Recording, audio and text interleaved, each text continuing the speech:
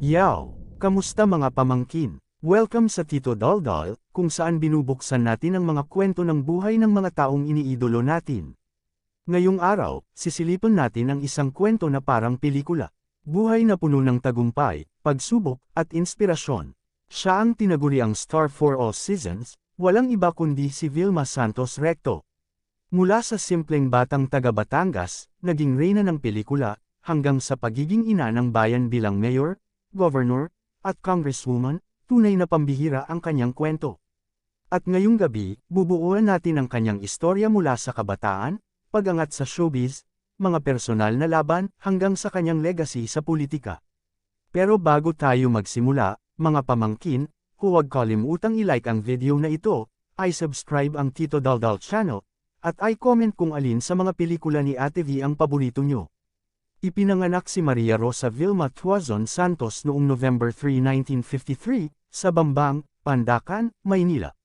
Isang tipikal na pamilyang Pilipino noon ang kanyang pinagmulan, simple, puno ng disiplina, at may malasakit sa isa't isa.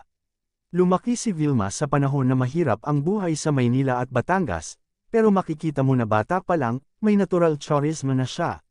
Madalas siyang bida sa mga school programs, sumasayaw, umaawit, at nagpapatawa sa mga kaklase. Noong 9 years old pa lamang si Vilma, nadiskubre siya ng talent scouts at isinama sa pelikulang Trudy Sliit noong 1963. Hindi lang basta role ang nakuha niya dito, siya agad ang bida. At dahil sa kanyang natural na husay, nanalo siya ng FAMAS Best Child Actress Award. Mula roon, tuloy-tuloy na ang mga pelikula niya. Bata pa lang, sanay na si Ate V sa matinding pressure, memorization ng lines, tapings buong araw, at pagharap sa ilaw ng camera. Hindi naging madali ito para sa isang bata. Minsan, wala na siyang oras para maglaro gaya ng ibang kasing edad niya. Pero ang pamilya niya ang nagsilbing sandigan, ang bawat pagsakripisyo ay nakita nilang may magandang bunga sa hinaharap. Sa bawat taon na lumilipas, mas lalo pang lumalakas ang pangalan ni Vilma Santos. Ang kanyang charm ay kakaiba, may innocence, pero may tapang. Ang pagsusuot ng Darna costume. 1973, isa sa pinakamalaking turning points ng kanyang career, nang siya ay gumanap bilang Darna. Sa bawat pelikula niya, kitang-kita ang tapang, ganda, at husay ng isang babae na handang lumaban. Naging simbolo siya ng kababaihan, hindi lang bilang artista, kundi bilang isang representasyon ng lakas. Burlesque queen at mature roles. Hindi siya natakot sa daring roles. Ang pelikulang Burlesque Queen, 1977, ay nagpakita ng kanyang husay at willingness na sumubok ng kakaibang roles. Ito'y naging kontrobersyal, pero dito rin mas nakita ang kanyang pagiging versatile actress. Ang matinding rivalry, Nora vs. Vilma, kung si Michael Jordan at Larry Bird ang magkaribal sa basketball, sa pelikula naman, sina Nora Honor at Vilma Santos. Ang Vilmanians at Noranians ay nagbanggaan sa mga sinihan, radio, at pahayagan. Pero sa likod ng rivalry, may respeto silang dalawa sa isa't isa. Alam nila na pareho silang nag-aangat ng pelikulang Pilipino. Naging asawa niya ang aktor na si Edo Manzano noong 1980s, at nagkaroon sila ng anak na si Luis Manzano. Pero gaya ng maraming showbiz love stories, nauwi ito sa hiwalayan.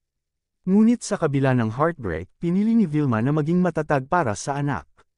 Bilang single mom, sinigurado niyang hindi matutulad sa pelikula ang drama ng kanyang tunay na buhay. Kalaunan, natagpuan niya ang bagong pag-ibig kay Ralph Recto, isang batang politiko mula Batangas. Ang kanilang pagmamahalan ay hindi lang tungkol sa pamilya, kundi pati na rin sa paglilingkod sa tao. Para kay Luis, kahit gaano kabisi si Ate V, lagi niyang ginagawan ng paraan na maging mabuting ina. At si Luis naman, kalaunan ay naging malaking inspirasyon at suporta sa kanyang career sa politika. Dito nagsimula ang panibagong kabanata ng kanyang buhay. Ang desisyon. Minsang tinanong si Vilma kung bakit siya papasok sa politika, simple lang ang sagot niya, gusto kong magsilbi sa tao, hindi lang sa pelikula. Noong 1998, tumakbo siya bilang mayor ng Lipa City. Marami ang nagduda, artista lang yan.